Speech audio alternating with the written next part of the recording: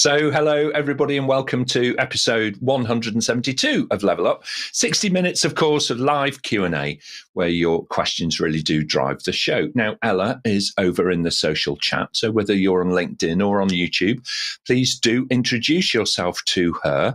Let her know your name and the city from where you're joining. She's going to post a link into the chat so that you can vote up the questions that you would most like the panel to answer, and of course for you to be able to add your own as well. Now, if your question is selected, then your name is going to appear, quite rightly, in the credits at the end of the show. So do get those questions in early and stay with us to see all of that happening. Now, 35%, according to LinkedIn in their research, 35% of entry-level job listings claim to require a minimum of 3 years of experience. Seems a contradiction in terms, doesn't it?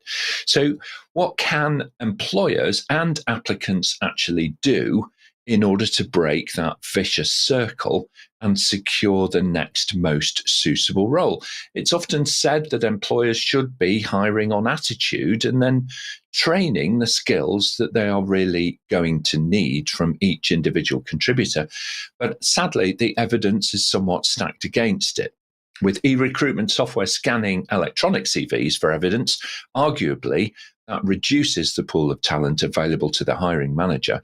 So how can certifications help you to stand out from the crowd and differentiate yourself in the ways that actually work? Are there any hacks, life hacks, that you could use to be able to secure that interview where you can actually then go ahead and display those very much sought after attitudes? Helping us figure all of this out today is a brilliant panel. So let's jump straight in and meet them. Bev Andrews is the director of Aspire Change Management. She works across the public and private sectors, helping her clients embrace technology and thrive through the change cycle. A regular contributor, of course, to Level Up, Bev is based in Perth in Western Australia. Welcome back to Level Up, Bev. Lovely to see you. Thanks, Nick, and welcome everyone. I'm really looking forward to this session because accreditations and experience go hand in hand. Indeed, they do. They really do. Sheila Roberts is a consultant and an assessor in project and program management, and she holds the post of Chief Progress Officer for the Resilience Professionals Limited, an organisation that really does help others to figure out business resilience. She's co-authored a practical guide to all of that, which has been adopted by many organisations around the world. So welcome back to Level Up, Sheila. Great to have you on the panel. Thanks very much, Nick. And having spent many years helping people get certifications, I'm a great advocate of how they can help.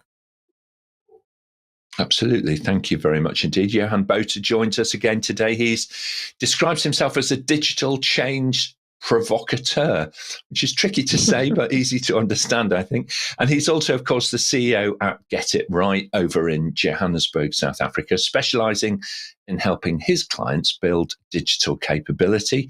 Johann is also the author of the Adapt Business Agility Method. I think it's fair to say in his career, like many others on the panel, between them, they've helped thousands of individuals improve their employability with courses and professional development, certifications, and so on. So welcome back to Level Up, Johann. Great to see you today. Thanks, Nick. Thanks for the invite also. Yeah, I'm passionate about helping people do better and be better.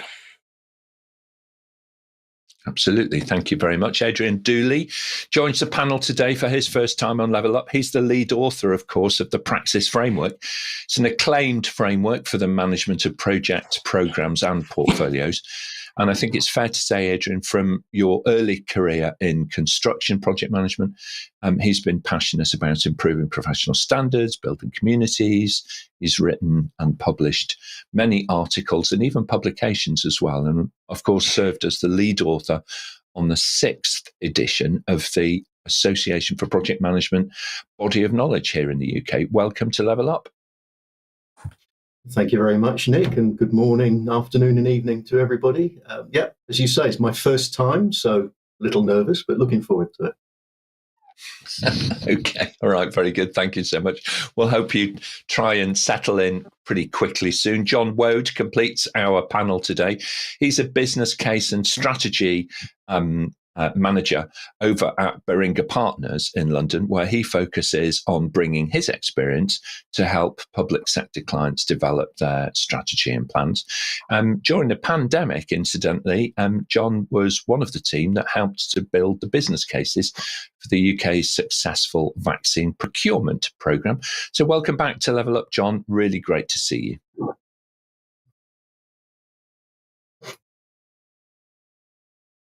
And we can't hear you just at the moment, John, unfortunately. So if you could just check for us quickly, we'll try that again.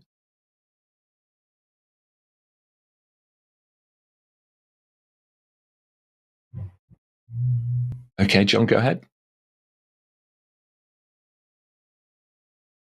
No, we've got a little gremlin in the audio, so we'll come back to John momentarily. Completing our on-screen team today is Suchitra Jacob. She joins us from the IT city of Bangalore in southern India. Suchitra, I hope that you're going to be able to join us in a moment. There you are. Really good.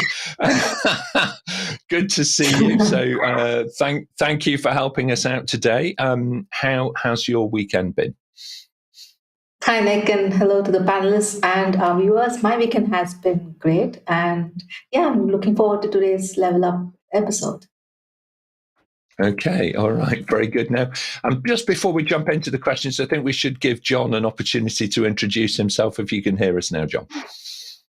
Unfortunately, I could hear you loud and clear, even though you couldn't hear me. But thanks for inviting me back on to one of these.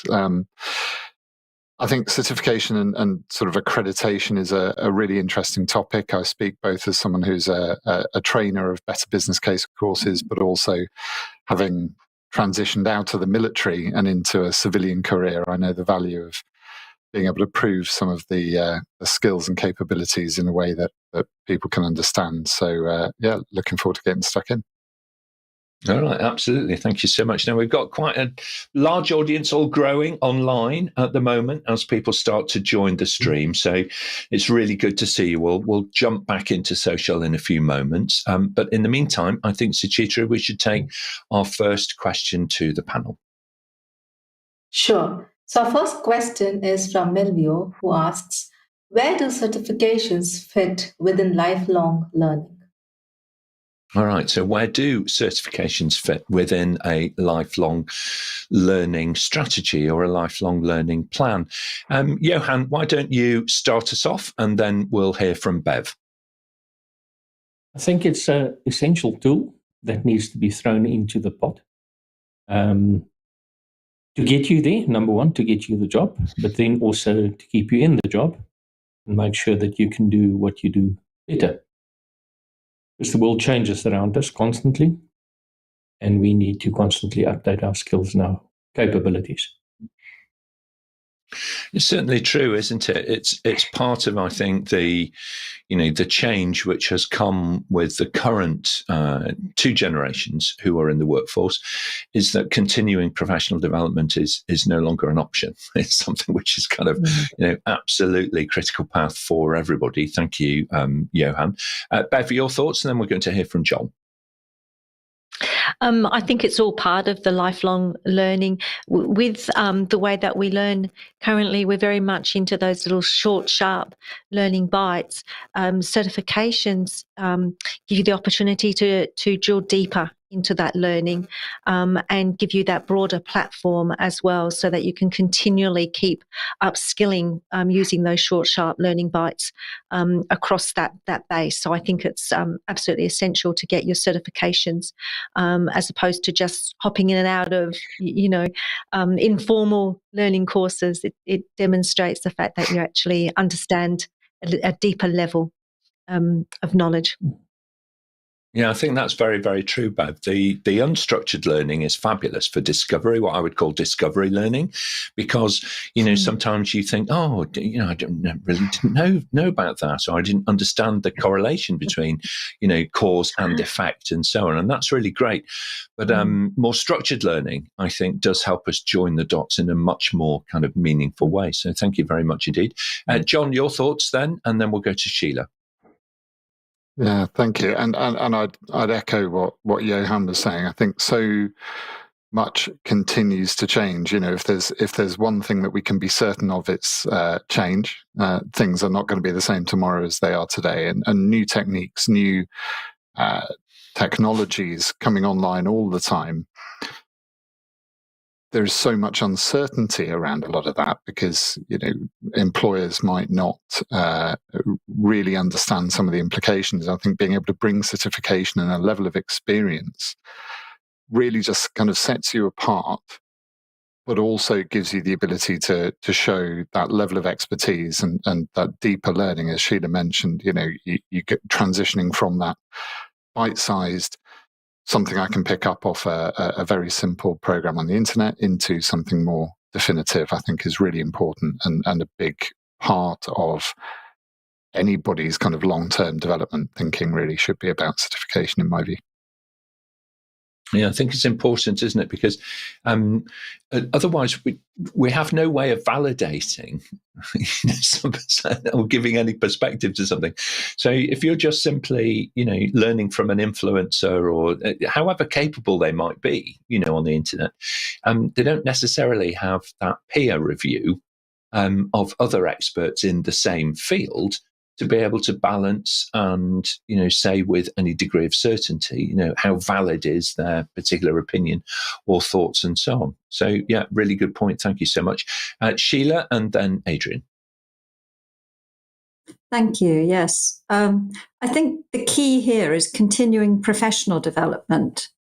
Continuing is lifelong. And unless we actually do continue our learning, then we're staying where we were when we started, which doesn't show development. We can gain experience, but there's always new things to learn as well. And as professionals, we should be proud of the fact that we are continuing to learn and taking that as a lifelong journey. Most certainly true. Most certainly true. Thank you very much indeed, Sheila. Adrian, final thoughts on this one?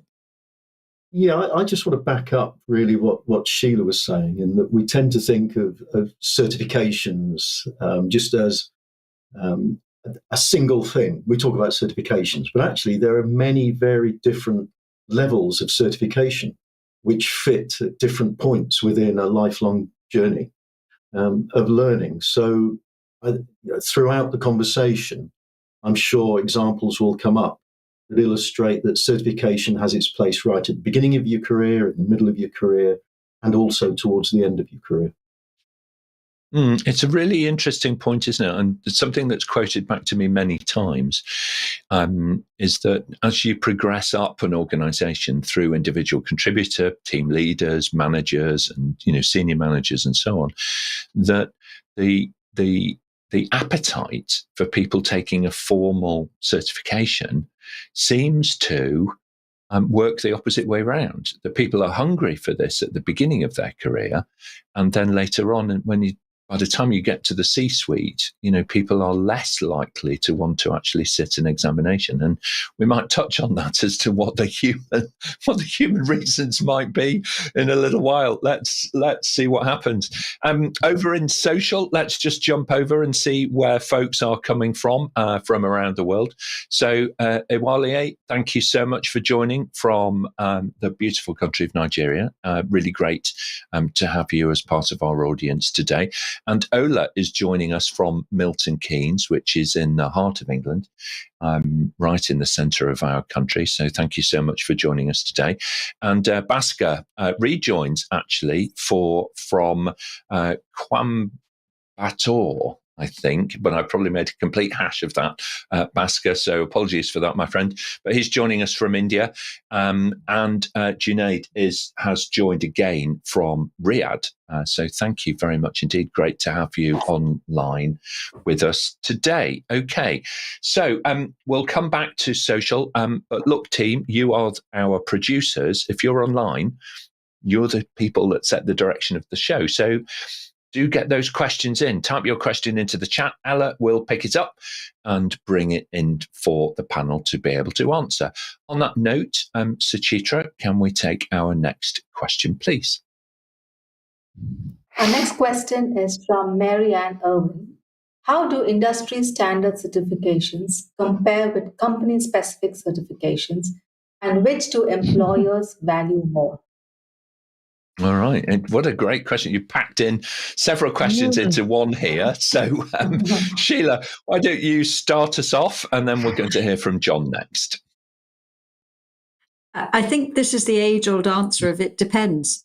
And it depends what the certifications are and why you're doing them. So if it's something about a company-specific process and way of doing things, the company will really value that. But if you want to move company, the next one will value the industry standard certification because they know what's in it. They understand what it's about.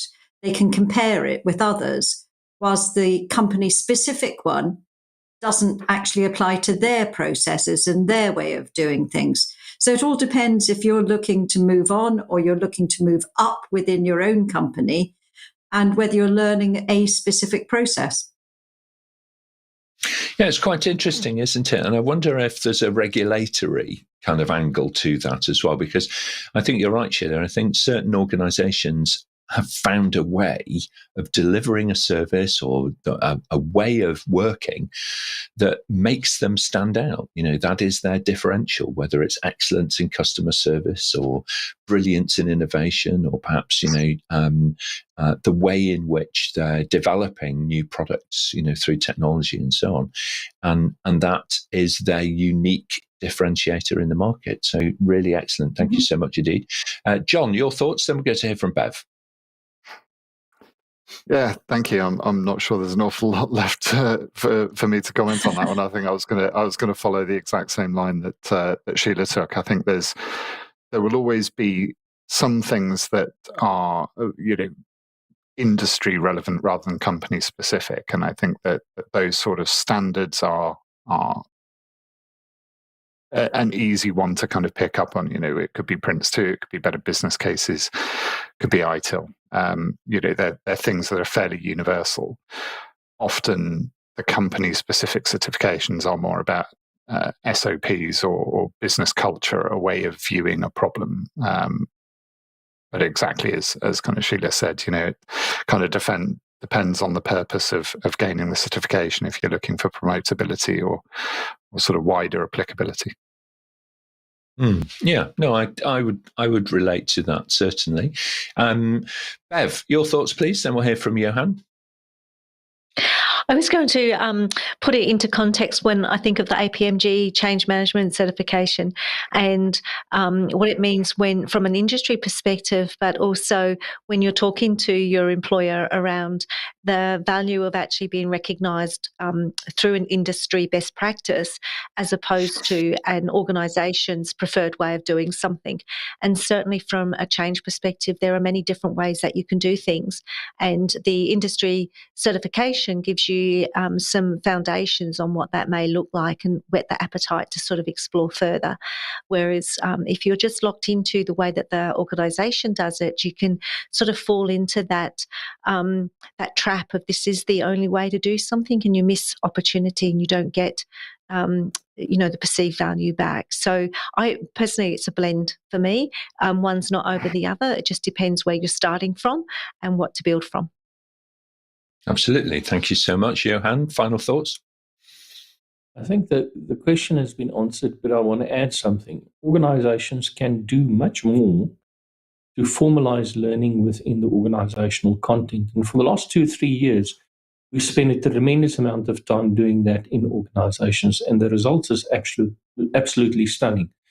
being able to take the things that we learn in a standard industry context and contextualizing it for the workplace, making it real, making it live, making it part of the fabric of the organization is extremely important. Yeah, absolutely. I totally agree with that panel, and thank you very much for your, perspectives on the question, Marianne. I think there's one thing that that I would also add to this, which is that if we take a worked example like supply chain management or working in the cloud with computers, if we take cybersecurity, you want to know that there is an equivalence throughout your value chain. So no organization works completely in isolation of any others. So you want that equivalence. And I think the industry standard certifications allow you to work to an industry standard. So the ISO certifications, the ones that Bev mentioned around managing organizational change, how you set up and deliver truly customer-centric service management and so on. These things allow some interoperability across your value chain. And it means that you as an organization can, yes, differentiate yourself in a market, but also plug yourself in much more readily into a broader ecosystem. So do consider that when you're thinking, is it an internal need or is it actually something that we need to be able to dovetail into our value chain partners as well? Very good. Thank you so much, panel. Suchitra, I can see that we've got some questions coming in now from the audience, so let's move on. Yeah, we have a live question that's coming from Akshay Bhatia. What factors should be considered when selecting a certification, and how might the emergence of AI and related technologies impact the certification process? Well, there's quite a lot kind of packed into this, Akasha. So, Sheila, why don't you start us off, and then we're going to hear from Johann. Thank you. Yes, AI is just sort of erupted into this whole arena. Universities are struggling with it, as are many other bodies. The one thing I would say about industry certifications is because they're all online now, or the majority of them are online, there are many, many ways of actually checking that AI is not being used in that certification. I happen to sit on a candidate malpractice panel where we look at these things. And if somebody's utilized a program that they shouldn't be, or they've had notes that they shouldn't have, and so on, it's picked up. Whereas if you didn't have that level of checking, then it might be a bigger problem. And I know that many qualifications that rely on coursework are actually going to have a bigger problem with this, because you can't know whether AI has helped to generate answers. Although you can do a plagiarism test, does that actually pick up whether AI has been involved? I don't know whether it's clever enough for that yet or not. Somebody else might know. Okay, it's a very practical point, though, isn't it? Because a lot of courses, particularly undergraduate and postgraduate courses, rely on the submission of narrative documentation over a longer period of time. So, really good point. Thank you so much, Sheila. Johann, your thoughts? Then we'll hear from Adrian. I can answer that question. So, I teach Botha at university. We use a program called Turn It In. Turn It In now gives me a plagiarism score and an AI score. So if you are tempted to ask ChatGPT to write your assignments for you, don't, because you're going to get 0. Here's the thing. I mean, yes, it's great to have a certification, to have it on your CV. But what's the point of certification? It's for you to learn. So I just think it's quite silly to try and take shortcuts. All that you're doing is that you're doing yourself a disservice by not really learning anything. It's so important, isn't it, to value the learning process and the way in which we start to incorporate that new knowledge and those acquired skills into how we behave and how we work. I completely agree with you there. Thank you very much indeed, Johann. Adrian, your thoughts on this, and then we'll go to Bev. Yeah, I think as Sheila said, AI has erupted. It's a great phrase, which I will borrow, if you don't mind, Sheila. But I just wanted to make a sort of a personal observation in that I, like a lot of people, thought, oh, this is amazing, let's have a play. And I put in some questions about stuff I didn't know about. And then the answers came back very, very credible, very well written. I thought, oh, right, okay. Then I put some questions in about stuff I knew about. And my reaction was, this is utter rubbish. And I think, people have got to be careful that they don't fall for the hype of AI. Because let's face it, the large language models like ChatGPT were based on, well, their learning was based on the internet. And as we all know, there is an awful lot of misinformation and wrong information on the internet. And the models, at the moment, can't tell the difference. So, buyer beware. You are in danger if you try to use these models as part of your response to questions in a learning environment. You could end up looking very, very silly. Yeah, indeed. It's a really good point, isn't it? There was a lovely quote from somebody that was talking about asking an AI engine about a murder mystery. And the victim of the murder mystery was found deceased at 2:00 in the afternoon, purely fictitious, by the way. But then when the AI engine was asked, was this person living at 6 p.m. in the evening, came back and said, I couldn't possibly know that. So there's a limitation. There's clearly a limitation to the way in which the large language models are working currently. So thank you very much, Adrian. Really good point there. Bev, your thoughts, please, and then we'll go to John. I was just going to look at the front half of the question around the factors when considering a certification. And the key thing there when you're thinking of your certifications is the value of the certificate and the accreditation processes against what you're trying to achieve and where your knowledge and experience is at the moment. And there's multiple ways that you can achieve your certification through, your rote learning or the way that APMG does its scenario-based testing, demonstrating previous experiences and your ability with your examples and stuff like that. So when you're thinking about the certification and what you're looking for, is also have a look at what they're testing you and how they're going to test you for your knowledge, so that there is an alignment in, yes, I'm going to learn something, it's going to stretch me, it's going to push me, and I want that accreditation to be hard to demonstrate that actually I've got this. Anything that's really simple, which you see with our e-learning modules in the office, where which one is the correct answer, the blue cat or the green dog, then that that's just wasting my time as well. So think about the value of what you're wanting to learn and how it's going to be certified to actually show that you actually can demonstrate that new knowledge. Mm-hmm. And we keep coming back to this concept of value, don't we? And I think that is right at the heart of this whole show, really, around how certifications actually deliver for you, your team, and your organisation over a period of time. Thank you very much, Bev. John, your thoughts, and then we'll go back to Johann. Yeah, thanks, Nick. And like Bev, I was thinking more about the front half of the question, mainly because I'm not a technology person, so AI just generally scares me, and I don't want to get into that too deeply. I think that I was thinking about this as if we're talking to a new career entrant, or thinking back to my time, nearly a decade ago now, when I chose to leave the military, and how do you pick your certifications? How do you think of the areas in which you might want to gain a certificate? And I think there's two main areas. You've got to think what's actually relevant for the type of roles that I want to do.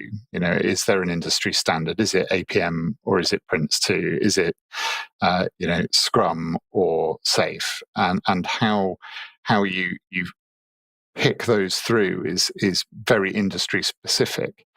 But I think there's just a general personal point as well about think about the things that you're really interested and excited about. I did some certifications when I was leaving the Navy that I spent, in some cases, quite a bit of money on achieving, and I've absolutely not used in any circumstances in the past 10 years because they were just things I thought would look good on my CV. They weren't things I was particularly interested in. It didn't lead to the career options that I kind of thought they were going to, and the risk is you end up in a position where you're just going to be dialing it in, and potentially you could also end up spending quite a lot of money acquiring certificates that you definitely don't need. So there's a couple of lenses to view it through there, and it's going to come down to doing a bit of research and a little bit of soul searching before you take those choices. I think that's very true. Just because something might be popular doesn't mean that it's going to resonate with you as an individual. And if you are able to find, as I've been quite fortunate in my career, and I know many colleagues have as well, is that if you can find something that you really enjoy doing, then it ceases to become work, and it's simply you become better and better at it because you are immersing yourself in it. And every moment is lifelong learning. It's all contributing towards your future. I think you're definitely right. Simply collecting badges is something that generally you can give up at the age of around about 9. Selecting the things which you are passionate about is much more important, particularly when you're changing careers. Johann, your final thoughts on this one? Just bear in mind that most of the things that you're going to do is in some kind of a profession, and there's professional bodies around that. So you guys, for instance, at APMG, I think you work with Sophia Foundation. So look for something like that, that can give you guidance and say, if you are in this role, these are the competencies and skills that you need. And then look for certifications that typically match the weak areas, so that when you present yourself to an employer, that you can present yourself as somebody who can do the whole job and not just part of the job.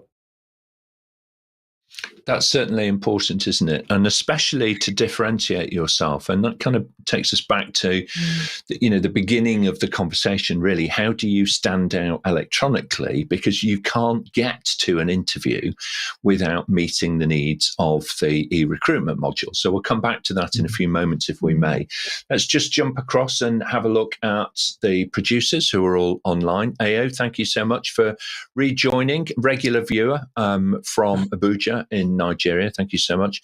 And Suchitra, great to have you online today from Indonesia, my friend. Thank you very much indeed for joining us. And I'm looking forward to you contributing to the discussion, putting your question into the panel. Lifa joins us from the Netherlands. A little bit cool, I think, this summer, Lifa, in Northern Europe, and certainly is in the UK at any rate. So never mind about that. Hopefully the warm sunshine will arrive at some point. And Idara, who again is a regular viewer. Idara, thank you so much. I can see that you've been active in the chat as well. So thank you very much indeed for joining us for today. Okay, Suchitra, let's move on. We'll take our next question, please. Our next question is from Natasha. How do certifications compare to degrees when it comes to job prospects and career growth? This is an interesting one. In your experience, Johann, how do certifications compare to, say, a degree? Okay, so for me, a degree is something that proves that you're a well-rounded person and capable of operating in a specific field. where certifications for me is something that you take to keep you up to date, number one, and that helps you prove specific skills. What is very interesting is that more and more universities now start giving credit for certifications, typically around your what electives. Sorry, I've had an Afrikaans weekend. I need to switch languages. That's okay. That's okay. Yeah, and we're seeing that a great deal. We have a privileged position of having a global presence, and universities approach us all of the time to embed what in their mind are short courses, certifications, into their offering for both undergraduate and postgraduate students. So it's very important, and they do seem to fit very nicely together, and they work very well to differentiate people in the job market. So thank you very much, Johann. John, your thoughts, and then we'll go to Sheila. Yeah, thanks. And I think there's something to do with the depth here. There are obviously some degree courses are incredibly specific. You're not going to get into working as a doctor without having medical training, obviously, but the depth you can go into in a 3 or 4 year university degree is far exceeding the majority, at least, of certification courses. But the specificity of the certification actually is a value in its own right. So the fact that you can really focus in on a particular technique, a particular subject area, that alone has quite distinct value. So I think that it's coming back to Johann's point, what are you trying to prove here? Are you trying to prove your general skills and your rounded capability, or are you trying to prove a specific point? And I think that the two sit side by side. They shouldn't be exclusive, but they do have different purposes. Absolutely. Thank you very much indeed. Sheila, your thoughts, and then we'll go to Adrian. I think I'm focusing on, comparing when it comes to job prospects and career growth. I'm someone without a degree, and yet I've managed to come through a career and reach what, some people would have said would not be possible without a degree. And that's been through lifelong learning, gaining certifications, gaining the relevant experience. And I think really a degree is great. One, if you're ready for it at the time. Not all people are ready for a degree age 18. And secondly, if you've got the ability to do it and gain from it, because it's very expensive these days. On the other hand, if you're not in a position to do that, or if you're wanting to go into something which perhaps could be done through an apprenticeship route or some other route, you may choose to do that as a preference, and it should not stop your job prospects. You should be able to grow your career, whether you go through a degree route or a certification route. And I'd like to believe I'm proof of it. I think that you absolutely are, Sheila. And if I might say, I completely agree with your comment around readiness, readiness for learning. We're often expected to follow certain conventions, that at the age of 18, you progress from one form of education into another and keep studying and so on. But actually, the most interesting people and the people who have made the greatest contribution in a whole range of different disciplines have been those people who did not conform actually to that almost metronome way of measuring when do you learn things. They're not in that same rhythm. They're actually making their strongest contribution at a very different stage in their life. So completely agree, and thank you so much indeed. Let's go next, if we can, then to Adrian, and then we'll hear from Bev. Yeah, I think degrees and certifications are different but very complementary. So again, if I speak from personal experience, I did a degree in construction, and that over 4 years explored every little nook and cranny of the construction industry, and I learned a great deal of stuff that I never used. I was fortunate that degree got me onto a graduate trainee scheme where I went round a company and explored different departments. But then once you've got an idea of where you're going, it's the much more focused certifications that come into play, because you found your path and you want to develop along that path. And those much narrower, more focused, specialized certifications are what help you along that path, starting with that the foundation of that general knowledge that the degree gives you. It's the difference, isn't it, between kind of education and training in that sense, in that, traditionally certifications have been largely training focused, more narrow in the scope, and shorter in duration. And undergraduate and postgraduate degrees have been, much broader, still on a particular topic, but nonetheless a much broader approach. Thank you so much, Adrian. Bev, your thoughts on this? Okay, so mine's probably more aligned to Sheila's and the opposite of Adrian. So I think it's really great that as a panel we can show that the different ways that you can actually career grow, whether you're using a combination of certifications and degrees are expensive.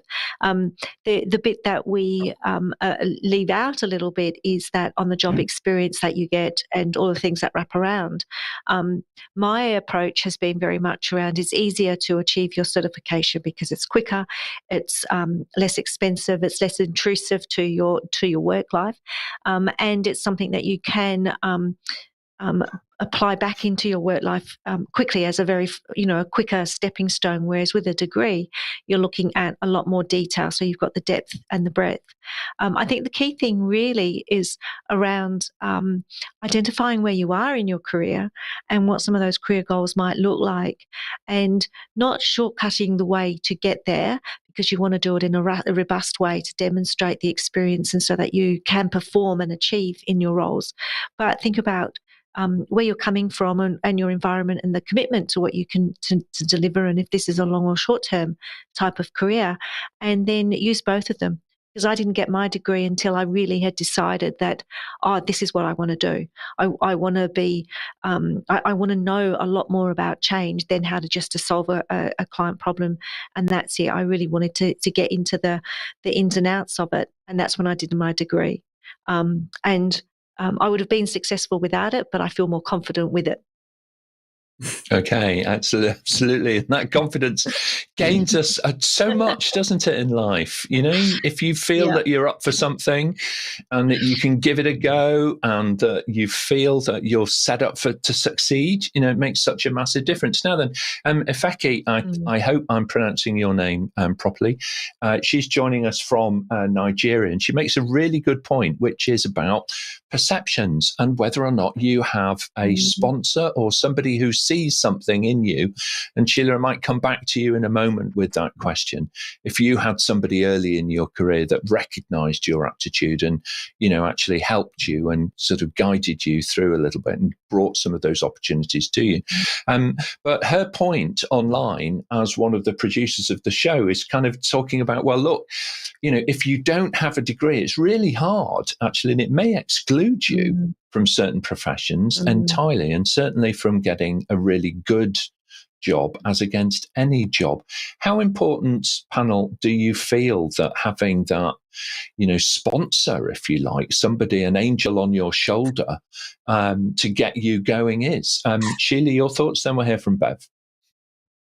Yeah, I think it is important, but not impossible without it. And when I left school, my whole outlook was that I was going to go to university, but everything changed in my situation and I couldn't do it. So my first job was stacking shelves in a supermarket, and there was no sponsor. So, but later, once I'd actually achieved some things, I did have a very, very good person when I was a sister in intensive care, who helped me to understand what the options were and put me forward for a fast-track management development scheme. So at that point, it was a tremendous help. But I'd already actually gone a fair way along the road already without it. Struggled more. And I can completely understand that. So, yeah, thank you very much indeed. Johann, briefly, and then we'll hear from Bev. I think having a sponsor is a blessing. And if you can be a sponsor to somebody who you see potential in, please do so. I know that you shouldn't end a sentence in a preposition. Sorry about the in. That's quite all right. It's called a call to action these days, Johann. So it's perfectly acceptable, my friend. Bev, your thoughts about having somebody that sees the talent in you for what it is. Yeah. Look, I think there's a couple of things there. If you do have a sponsor or a mentor or multiple mentors, then they can also leverage some of their relationships to actually help you, and to sort of identify what organisations are more prone to want those degrees compared to others. And certainly in Australia, we went through a phase where, in particular industries and organisations, if you didn't have a university degree, then you were not going to get a management role, which is just ridiculous, because some of the best managers and leaders I've ever had have learned everything off the ground and their experiences. So you do need to do your own research. If you're in a country where it is only degree driven to have these management types of roles, and you are not in a position to get a scholarship or to fund it yourself, then a bit of realism comes into it. Don't bang your head against a brick wall if you know that brick wall is just not going to give away. So look at other alternatives that you can afford to, or can create some stepping stones. But this is where your relationships and your network becomes important to help give you some sound advice and some guidance. Most certainly true. And to everybody who's out there online kind of watching, please do visit our website, apmginternational.com. You'll see on the events page, we've included a little link to each of us on LinkedIn. So you can invite us to connect with you, and we will do that so that you can build your pool of mentors and coaches. And who knows, we might even be able to, help each other at some point in the future. So please do go ahead and do that. And Sylvanus, thank you so much for your kind of thoughts. And Ifeki, brilliant. Yeah, mentoring is key if you're going to actually help to make some progress. So very good. Suchitra, if we can, we're running out of time. Let's take our next question, please. We have a live question from Isaac.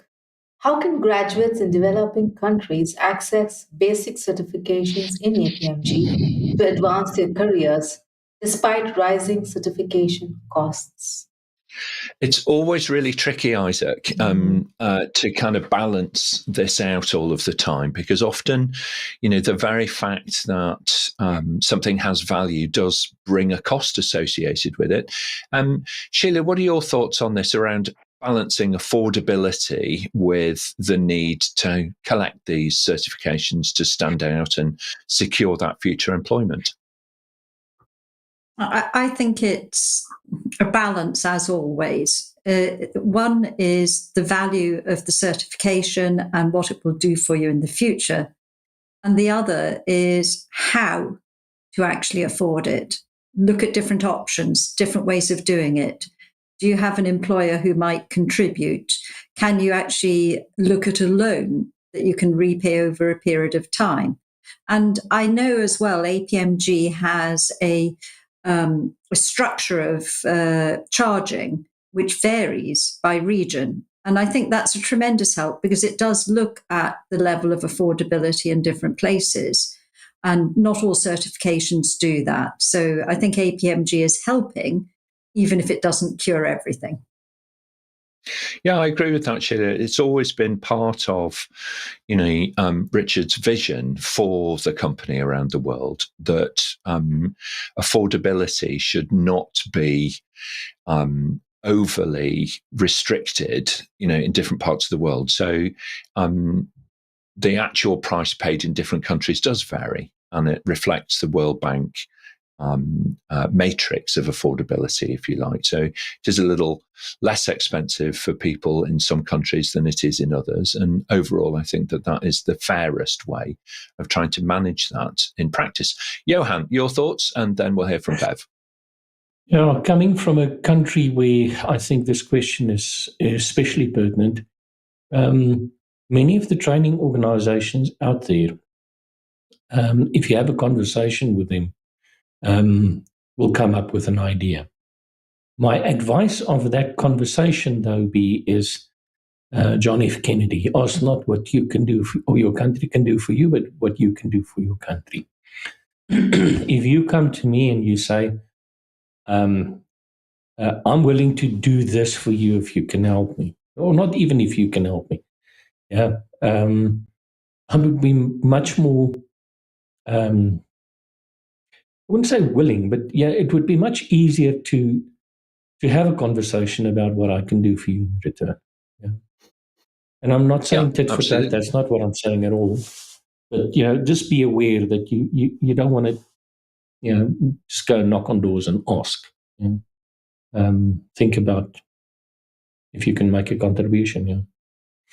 Thank you very much indeed. Bev, final thoughts? Yeah, I was going to say the same about a lot of the training organisations. I'm sure can be quite flexible in payment methods and different study options and things like that. The other thing is trying to, and this is a really off-topic way of doing stuff, but like it's part of your longer-term plan. So it might not be something that you can afford to do 6 months, 12 months. It might be 2 years away. But what is the cost and how much can you put aside each week? What can you sacrifice so that you actually can put that money aside? Because this is an investment into your future.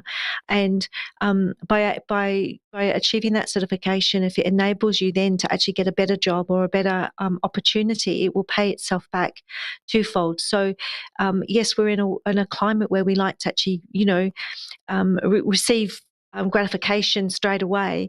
When it comes to your professional development and your career, it's a marathon, it's not a sprint. So have a look at what can people help you with, and what are you prepared to sacrifice, because it's worth it in the long run. Yeah, I completely agree with that. It's about seeing things over the longer term. Now, talking about that quote around, what you can do for your country, I very much agree with that. I think if you go and approach a training provider and just ask for a discount, that's unlikely to be met with, much empathy, to be perfectly honest. However, if you commit to a community, if you start to make contributions, if you start to add value into a community, then you build a network of advocates around you who recognize, you for doing that as somebody who gives more. And if we're going to quote world leaders, I think it was Winston Churchill that said that you might make a living out of what you get, but you tend to make a life out of what you give. So do think about giving first into community, and you'll be amazed how generous people will be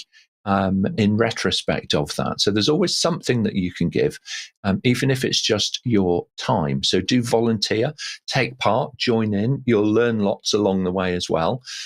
Even if you're just offering to take minutes of meetings or, to participate in online conversations and so on, do get yourselves going. Well, look, very good. We have pretty much run out of time, actually, panel. So we're going to go to closing remarks next, if we can. And let's work our way around. Johann, why don't you start us off, your reflections on today, and then we'll go to Bev. Enjoyed the conversation. Pity we didn't talk about microlearning that much, because I think that's an essential component also to throw into the pot. In 1970, Alvin Toffler wrote Future Shock. And this is my favorite quote from that book: "The illiterate of the 21st century are not those who cannot read or write. It's those who cannot learn, unlearn, and relearn." Well, it's a great one to end on. Yeah, thank you very much indeed. I think we're going to come back to micro certifications later on in the series because that is definitely a direction of travel and of real interest and relevance to people. So thank you, Johann, so much. Bev, your thoughts, please, and then we'll go to Sheila. Thank you. Look, I've been really looking forward to this this panel conversation. For me, my advice for people is to take that time to think about your career path and what you're looking for, your short-term, medium-term, long-term goals, and where your certifications and formal education comes into it. And then think about how you can apply what you learn. Get yourself a mentor, and how can you apply it on the job? And if you're actually not in a job, how can you actually then use that information from a volunteer perspective, like Johann said? So build a network around yourself, one step at a time, and have a good plan, and you'll be surprised what you can achieve. Excellent. Thank you very much indeed, Bev. Sheila, your thoughts, then we'll hear from Adrian. I think both Johann and Bev have made some really good points there, so I won't repeat them. What I would say is that I think looking forward, think about what you believe is going to be of value to you and an organisation in the future. I, of course, am a great advocate of business resilience, but it's something where you've got to say what is needed going forward, not what was needed in the last decade. So think carefully about what you're choosing. Yeah, I agree with that. You're trying all of the time, not just to be a follower, but almost to anticipate in some regard, where the demand is likely to lie in the future. And that's why having a network, of like-minded people to talk to really does help shape your thinking. Thank you so much, Sheila. Adrian, your thoughts, and then we'll hear from John. Yeah, I think I'm going to finish off with just a word of caution. I think people should make sure they understand what their certification says about them and work to that. There is a tendency, I think, particularly on social media, for people to get certifications and then overclaim what that certification says about them. We could probably do a whole session on just these different levels, but briefly, they start off with a certification that says you speak the language, and they go all the way through to certifications that say you've been there, you've done it, you've got the scars and the T-shirt. These are very, very different. So once you've gained your certification and you want to leverage that certification with potential employers, make sure you don't overclaim. Understand what each certification says about you and work with that. I do wish I'd known you, Adrian, when I was about 25, okay? Because I was working on a project where at that stage of my consulting career, I imagined that to be a great consultant meant that you needed to know the answer. And it was around about that stage in life where I figured out that actually, no, that's not the right way around at all. What you need to know is what is the question to ask at that point, and work with your client to find the answer. And so I agree with you, all right? And it's that knowing something about a subject is super helpful, but it does not project you to being an expert who is able to interpret every piece of variety and variable and challenge and uncertainty and come up with a silver bullet answer. Not at all. So thank you. Really good point. Well made. Thank you. John, your thoughts, and then we'll hear from Suchitra. Thank you. And I think picking up on a couple of things that both Bev and Adrian have said there, that we talked earlier, you've got to pick things for the right reason. They've got to be something that you're interested in, but also something that has a value and applicability. And kind of building on Adrian's point about the word of caution, I suppose, think about how certificates work together. So it might be having multiple certifications in a very similar narrow field might actually not be as valuable as picking up something else that adds a different string to your bow. Likewise, it might be that you really want to go super deep into a particular topic area and gain every single certification that there is available. So that, really think about how you do that planning out. And to Adrian's point about what that is going to say about you once you've kind of added everything together. I think that's a point sometimes that gets missed out. It certainly is that kind of direction of travel and the center of mass, really, around the certifications that you choose. Really good point. Thank you, John. Suchitra, quite an interesting show today that took us on a wide-ranging journey, actually. Your thoughts on today? Yeah, most definitely, Nick. It was a wide range, and we did have a lot of questions, and we do have more questions. So we should, again, visit this topic. But, of course, thank you to our panelists and our viewers, of course. So thank you. Absolutely. Thank you very much indeed. On behalf of the panel, thank you to everybody who was online today. It's brilliant contributions from all of you, as ever. Thank you so much. And also on behalf of the producers of the show, the audience, of course, to the panel, thank you for giving us all of your time so generously. Now, do producers watch out for your name in the credits at the end of the show if your question was selected. So now, over on our website, you can, of course, search for the answers to approaching 2,000 now. It's probably over that. Questions that have previously been submitted on Level Up and different events and different shows and so on. So do jump in and have a look at that. And don't forget that you can listen to every episode on your preferred podcast platform. Just search for APMG International, Level Up Your Career, and you will find us really easily. Coming up on this show on Friday of this week at 2 p.m. UK time, we're looking at how to become a business analyst. Before discussing why it is so important for us to improve how we develop business cases within our own organisations on Monday, the 31st of July.